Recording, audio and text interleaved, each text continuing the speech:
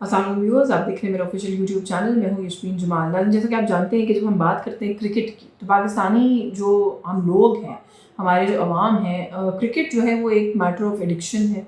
Cricket जो है वो अगर ये कहे कि रगों में दौड़ता है, हमारे मुल्क में जो लोग हैं उनकी तो ये बात गलत नहीं होगी। एक बहुत क्रेज़ है, एक नेक्स्ट लेवल का जो एक वो हम देखते हैं कि एक पैशन क्रिकेट की गेम को लेकर हमारे लोगों के अंदर पाया जाता है। और फिर ख़ास तौर पे अगर इंडिया और पाकिस्तान का मैच आ जाए तो फिर तो मैं कहती हूँ कि कमाल ही होता है, फिर तो तबाही हो जाती है ना, जो आपका एक क्रेज़ का लेवल है या जो आपका पैशन है उसका।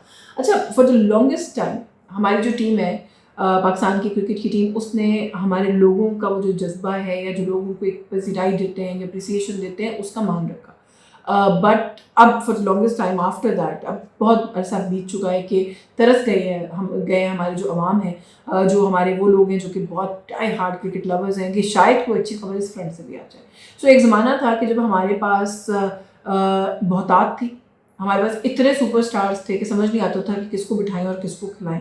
हमारे बेंच जो है वो हमारा जो है वो उसकी बड़ी वर्थ होती थी, क्योंकि उस पर एक्चुअली सुपरस्टार्स बैठे होते थे और एक बहस होती थी कि किसको खिलाएं और किसको बिठाएं। कि जिसको भी बिठाने का नाम आता था तो ये समझा जाता था कि ये तो मतलब बहुत बड़ा नुकसान हो जाएगा कि नहीं बेंच कर सकते इस प्लेयर को। ये क्वालिटी थी हमारे पास। अब आज भी हम एक ऐसे ही दोराहे पर, एक ऐसे ही मोड़ पर है कि हम किसको खिलाएं ये समझ नहीं आता हमें, लेकिन हमारे बेंच की कोई वैल्यू नहीं है। हमारे पास बेंच पे बिठाने के लिए शायद है कोई नहीं, टीम के अंदर रखने के लिए कोई नहीं है, तो बेंच में किसको बिठाना है हमने। सो अब इतना डाउनफॉल है कि उस डाउनफॉल को कैसे मैनेज करें और किसको खिलाएं, अब ये एक बहस है जो हम देख रहे हैं कि पाकिस्तान के अंदर जो है वो छिड़ती है।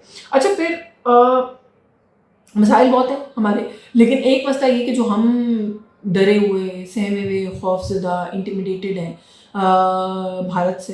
पता नहीं, शायद इनकी क्रिकेट टीम का कोई ऑरा है ऐसा, because they are of course absolutely super. हम जो है वो सोर लूजर्स की तरह बिल्कुल नहीं कहेंगे कि क्योंकि कोई हमारा उनके साथ कॉन्फ्लिक्ट है तो हम वो जो एक प्रोफेशनल बात है उसको पीछे करें। वो they are absolutely professional and phenomenal, they are a brilliant cricket team. So क्या वो एक चीज़ है जो टेक ओवर कर लेती है? लेकिन फिर इसको थोड़ा सा अगर टटोलें तो ये समझ में आता है कि ऐसा मामला भी नहीं है। हम जो है वो हमारी परफॉर्मेंस का वैसे ही काफ़ी अरसे से बेड़ा गर्क है, B it against Australia, B it against New Zealand, B it against England. T20 का फॉर्मेट, उसमें एक ज़माने में हम जो है वो बादशाह तस्वुर किए जाते थे T20 फॉर्मेट के। अब हमारा ये हाल है कि हमें समझ में नहीं आता कि उसका सिरा कैसे पकड़ना है। मुझे लगता है कि मैं ग्राउंड में चली जाऊँ तो शायद बेहतर 2-3 गेंदें इधर उधर मार लूँ, एक आधा कैच भी शायद पकड़ लूँ, जो अब हमारे प्लेयर्स की लगता है कि बस की बात नहीं रही। क्या वजह है इस डाउनफॉल की? ये एक बड़ा संजीदा सवाल है और बहुत सारे फैक्टर्स हैं। आप पाकिस्तान क्रिकेट बोर्ड की मैनेजमेंट से शुरू करें, टॉप मैनेजमेंट से शुरू करें, बोर्ड के बाकी जो ओहदेदारान हैं उनसे शुरू करें, आप प्लेयर्स की जो क्वालिटी आ रही है उनकी सिलेक्शन का जो प्रोसेस है, क्राइटेरिया, उससे शुरू करें। हमारे जो कोचेज़ हैं उनकी कोई टिल्ट्स हैं, आप उससे शुरू करें। आप कहाँ से शुरू करें, सिरा पकड़ना बात समझ में नहीं आती। अभी just to analyse what happened yesterday, थोड़ा नैरो डाउन कर लेते हैं अपनी डिबेट को। एक तो ये कि जो हमारे भी कैप्टन है, पता नहीं when will he start behaving like a captain. वो कब परफॉर्म करना शुरू करेंगे, वो कब कप्तान नजर आना शुरू करेंगे? 1 साल तो हो गया है, मुझे कम से कम वो लीड करते हुए एज अ कैप्टन, मुझे वो चीज़ों के साथ डील करते हुए एज अ कैप्टन नहीं नजर आते। खेलेंगे तो कब, वो तो खैर परफॉर्म कब करेंगे वो तो बात की बात है। कल के मैच में भी जो उनका एक बहुत बड़ा कंट्रीब्यूशन है उसकी तरफ भी अभी आती हूँ। लेकिन हमें एशिया कप से पहले ये बताया गया कि हम एक ट्राई सीरीज़ खेल कर आ रहे हैं और एक T20 की सीरीज़ खेल कर आ रहे हैं और हम एशिया कप के लिए तैयार हैं। सो कैसी तैयारी है हमारी अमेजिंग किस्म की और कमाल की कि हमने 8 दिन के अंदर भारत से 2 दफ़ा मुँह की खाई है।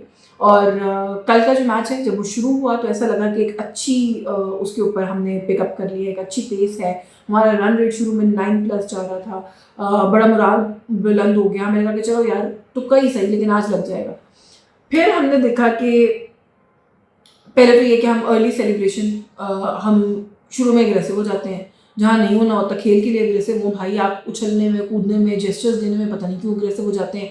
अभी मुश्किल से शायद ज़्यादा फरहान साहब ने 50 रन बनाए थे कि हम एक ओवर जो है वो जॉइड टीम जो है वो नज़र आने लग गई। हम सेलिब्रेशन के अंदर चले गए, उसी वक्त खटक गया था जो लोग क्रिकेट को और हमारी टीम को समझते हैं कि बस अब यहाँ से हम गए।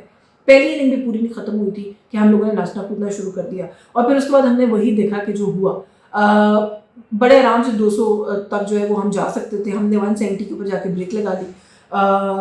जो हमारे कैप्टन हैं उन्होंने बाद में गुफ्तगू करते हुए ये कहा कि जी हम कोई 15 रन जो है वो हम शॉर्ट थे। तो 15 रन मैंने खेलने थे सर, वो किसी और ने खेले थे जो स्क्रीन के इस तरफ बैठा हुआ आपको देखने वाला था, वो 15 रन आप ही ने खेलने थे और आप ही ने बनाने थे। आप खुद क्रीज पर भी मौजूद थे, ये भी नहीं है कि आप खुद भी क्रीज पर मौजूद नहीं थे, और जितना टाइम आप क्रीज पर मौजूद उतना टाइम हमारी जो है वो कल के मैच में तबाही हुई। आपने जो है वो पता नहीं क्या सोचकर अटैक नहीं किया, आप पता नहीं क्यों क्रीज पर एग्रेसिव होकर नहीं खेले, आपने पता नहीं क्यों शॉट्स पे अटेम्प्ट नहीं किया। आपके पीछे पूरा एक बैटिंग ऑर्डर मौजूद था। आपको किस चीज़ का खौफ था? आपके पास ओवर्स थोड़े थे, आपको अपना बैटिंग ऑर्डर बहुत प्रिजर्व करने की ज़रूरत भी नहीं थी। कुछ मौके ऐसे होते हैं कि जहाँ पर आप जो है कैलकुलेट करके अग्रेसिव होते हैं। हाँ, हमारी टीम का ये भी खासा है कि हम तब अग्रेसिव होते हैं जब अग्रेसिव नहीं होना होता।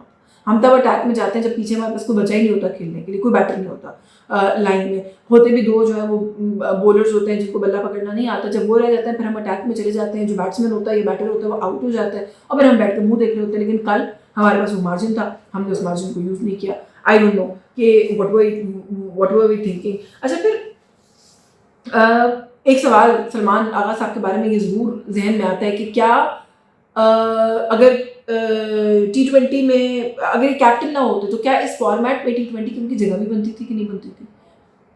आई am at loss for words on that question. बाकी T20 फॉर्मेट, हम बादशाह थे, हम किंग थे, हम डाउनफॉल पे क्यों चले गए? क्योंकि हम दूसरे फॉर्मेट्स जिसमें आप पेशेंस सीखते हैं, जिसमें आप टेक्निक सीखते हैं, उनको खेल ही नहीं रहे। तो जब हम उसको नहीं खेले तो एक फास्ट पेस्ड जो एक फॉर्मेट है T20 का, हम उसको कैसे खेलेंगे? ये बहुत बड़ा हमें एक मंजर ने चूरन बेचा गया जी कि हम मॉडर्न क्रिकेट की तरफ जाएंगे और वो खेलेंगे। अब मॉडर्न क्रिकेट की टेक्नोलॉजी या टेक्निक को फॉलो करते हुए जो टीम्स खेल रही हैं इंग्लैंड की तरह की, वो तो T20 फॉर्मेट में 300 बना रही हैं, हमसे 150 नहीं बनता। कल जो थोड़ा सा मार्जिन था कि हम जा सकते थे 200 तक, उसमें मैंने आपको कहानी जो है वो सुना दी कि हमारे अपने कैप्टन आके बड़ा मासूमाना इतराफ़ करके चले गए। आई डोंट नो उस इतराफ़ से क्या फ़ायदा होता है। जो होना था वो तो हो गया। जो एम्बैरसमेंट जो हमें फेस करनी पड़ी वो हमने कर ली। हमने एक प्रेस कॉन्फ्रेंस की, उसमें हम अग्रेसिव हुए, हमने सेलिब्रेशन की 50 रन बना के, उसमें हम अग्रेसिव हुए। हारिस रऊफ साहब को कोई बताए कि राफेल गिरे थे 6-0 हुआ था, लेकिन उसमें आपका कोई किरदार नहीं था सर। वो जिनका काम था उनको कौम ने अप्रिशिएट भी किया, वो कौम के हीरोज़ हैं। आप भी कौम के हीरो हो सकते थे अगर आप अपना काम कर लेते, लेकिन आपने ये जाना कि मैं थोड़ी सी वहाँ पे शोखा, जिसको साफ सादा अल्फाज में शोखा हो जाऊँ थोड़ा सा, तो पता नहीं किसी और के काम के ऊपर आप क्यों उतरा रहे थे। आपका जो अपना काम है वो तो आपसे बना नहीं सर। तो ये कोई करने वाले ये चीप हरकतें करने की कोई ज़रूरत नहीं थी। और फिर आप लोगों की इन हरकतों के बाद मुझे तो एज ए पाकिस्तानी बड़ी शर्मिंदगी हुई जब उनके कुछ क्रिकेटर्स ने ट्विटर पे जाके, सोशल मीडिया पे जाके पोस्ट लगाई, इसलिए अभिषेक शर्मा है, शुभमन गिल है। अभिषेक शर्मा कहते हैं जी कि यू टॉक वी विन, ठीक कहते हैं, अनफॉर्चुनेट है बट ठीक है। शुभमन गिल कहते हैं जी गेम स्पीक्स नॉट वर्ड्स, ये भी अनफॉर्चुनेट है मगर ठीक है। उनका जो कप्तान है भारतीय टीम का वो कहता है जी कौन सा राइवलरी तो कोई इक्वल्स के बीच में होती है। हम कब when was the last time Pakistan gave us a tough time? ये बात दुरुस्त है। तो फिर मेरा ख्याल है कि थोड़ी सी तो सेल्फ सोल सर्चिंग करें कि आप लोग कहाँ पर ख़राब जा रहे हैं। अच्छा, मिड ऑर्डर के ऊपर आ जाए। आपका जो मिड ऑर्डर है थोड़ा सा हम क्राइसिस में हैं, उसको लेकर दहाइयों से अनफॉर्चुनेटली आपको बहुत अल्लाह अल्लाह करके जो है वो फाइनली मिड ऑर्डर के ऊपर जो है वो खेलने के लिए हसन नवाज मिला। आपने उसको मेरे ओपनिंग बैट्समैन खिलाया, उसके बाद आप उसको फोर्थ के ऊपर नीचे ले जाकर अपने चौथे नंबर पर खिलाया, वो वहाँ पर एडजस्ट हो गया। फिर हमने सोचा कि क्यों एडजस्ट हो गया, इसको हिलाना चाहिए, हमने उसको वहाँ से छेड़ा, हमने छठे नंबर पे उसको जाके गिरा दिया, वो फिर भी एडजस्ट हो गए। हमारा मिडिल ऑर्डर थोड़ा सा लग रहा था कि इस्टेब्लिश होने वाला है, तो कल जैसी इंपॉर्टेंट गेम में हमने उनको ड्रॉप ही कर दिया। हमने कहा नीचे और कहाँ जाएंगे, ड्रॉप ही कर देते, खिलाने की ज़रूरत ही कोई नहीं है, और हमने हुसैन तलत को खिला दिया। अब हुसैन तलत को खिलाने की क्या लॉजिक है, उसके पीछे हमने क्या अचीव किया है, beyond me, completely beyond me. I just don't understand that. इसकी कोई लॉजिक नहीं है कि हमने जो ये हरकत है वो हमने क्यों की है। सादा ज़बान में ये एक ब्लंडर था जो हमने मारा। अच्छा, उसके बाद हम क्रिकेटिंग की बॉलिंग की तरफ ही आ जाएं तो मेरा ख्याल है कि जो बात आ रही है ना कि ये वाला एक ब्लंडर, उसके बाद जो आपका एक प्लेइंग 11 का एक ऑर्डर होता है, हमसे वही सीधा नहीं हो रहा। साइमन यू बॉलर है, पता नहीं कि क्या है, मुझे समझ में नहीं आ रहा। कल जो पिच थी वो मिड पेसर बॉलर्स के लिए जो है वो कुछ बेहतर थी, अच्छी पिच थी। हमने साइम को 3 ओवर देके 35 रन खा लिए। उसके बाद हमने अबरार को जो है 2 ओवर देके हमने मजीद मार खाई। तो मुझे समझ में नहीं आता कि जो कैप्टन और कोच है वो क्या ये प्लानिंग कर रहे हैं, क्यों ये प्लानिंग कर रहे हैं, वो आखिर क्या चाहते हैं। जो हमारा क्रिकेट बोर्ड है वो क्या कर रहा है, हमारा जो सिलेक्शन क्राइटेरिया है वो क्या है, हमारे जो कोच हैं वो क्या चाहते हैं, हमारे जो कैप्टन हैं वो क्या चाहते हैं। कि कुछ चीज़ें हैं जो मैं समझती हूँ कि अब हाथ से निकल रही हैं, और ये कैसे ठीक होंगी आई डू नॉट नो। क्योंकि जैसे मैंने कहा कि हम अपनी टेक्निक पे काम नहीं कर रहे, हम दूसरे फॉर्मेट्स को नहीं खेल रहे। जो हमारे कोच हैं इस वक्त वो इस्लामाबाद यूनाइटेड के हेड कोच थे, मेजॉरिटी लड़के हमारी टीम में इस वक्त इस्लामाबाद यूनाइटेड के हैं। इससे पहले आई थिंक लाहौर कलंदर्स के थे ज़्यादा लोग। तो ऐसा लग रहा है कि जो फ्रेंचाइज क्रिकेट खेली जा रही है पाकिस्तान के अंदर, जिसकी अपनी एक बहुत इंपॉर्टेंस है, very very happy about it, लेकिन वो कहीं डोमिनेट करने लगी हमारे इंटरनेशनल फॉर्मेट को। तो अगर आप फ्रेंचाइज और PSL जो सुपर लीग मॉडल है उसको अगर आप जाके इंटरनेशनल लेवल के ऊपर उस एटीट्यूड के साथ जाने की कोशिश करें तो सर यही होगा जो हो रहा है। तो बाकी आई थिंक जो मेजर रिस्पॉन्सिबिलिटी है वो लाई करती है हमारे बोर्ड के साथ। मोहसिन नकवी साहब बहुत सारी हैट्स पहनी हुई है उन्होंने, और ऐसा लग रहा है कि कोई भी एक काम जो है वो नहीं ठीक हो रहा।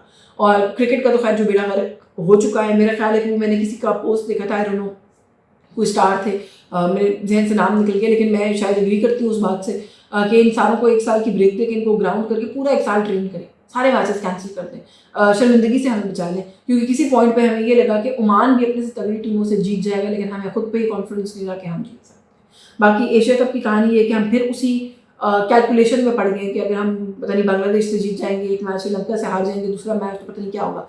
सो वो होता है ना, हमारा एक कैलकुलेटर ऑन हो जाता है, क्योंकि खेलना तो हमने है नहीं। हाँ, धक्का लगा के कैसे पहुंच सकते हैं किसी क्वालिफायर से आगे, वो हम फॉर्मूलाज निकाल लेते हैं, और फिर वो फॉर्मूला लगाने के बाद भी हमारा कुछ नहीं बनता अनफॉर्चुनेटली। बट बहुत मायूसकुन परफॉर्मेंस थी।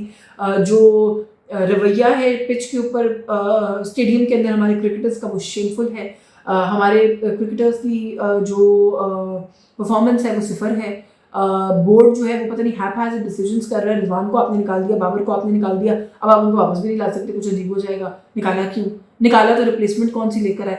सो I mean there are so many questions and it is such a big mess कि जैसे मैंने कहा कि मेरा ख्याल है कि इस बोर्ड को भी 1 साल के लिए ग्राउंड कर दें और इस टीम को भी ग्राउंड कर दें, और दोनों अपनी अपनी ट्रेनिंग पे काम करें। शायद कोई मामला आ जाए बेहतर की तरफ बढ़ जाए। आज की इस वीडियो से बस ये कुछ आपको कंटेंट पसंद आ रहा हो तो प्लीज़ इसको लाइक करें, शेयर करें, हमारे चैनल को सब्सक्राइब करें। Thank you so much.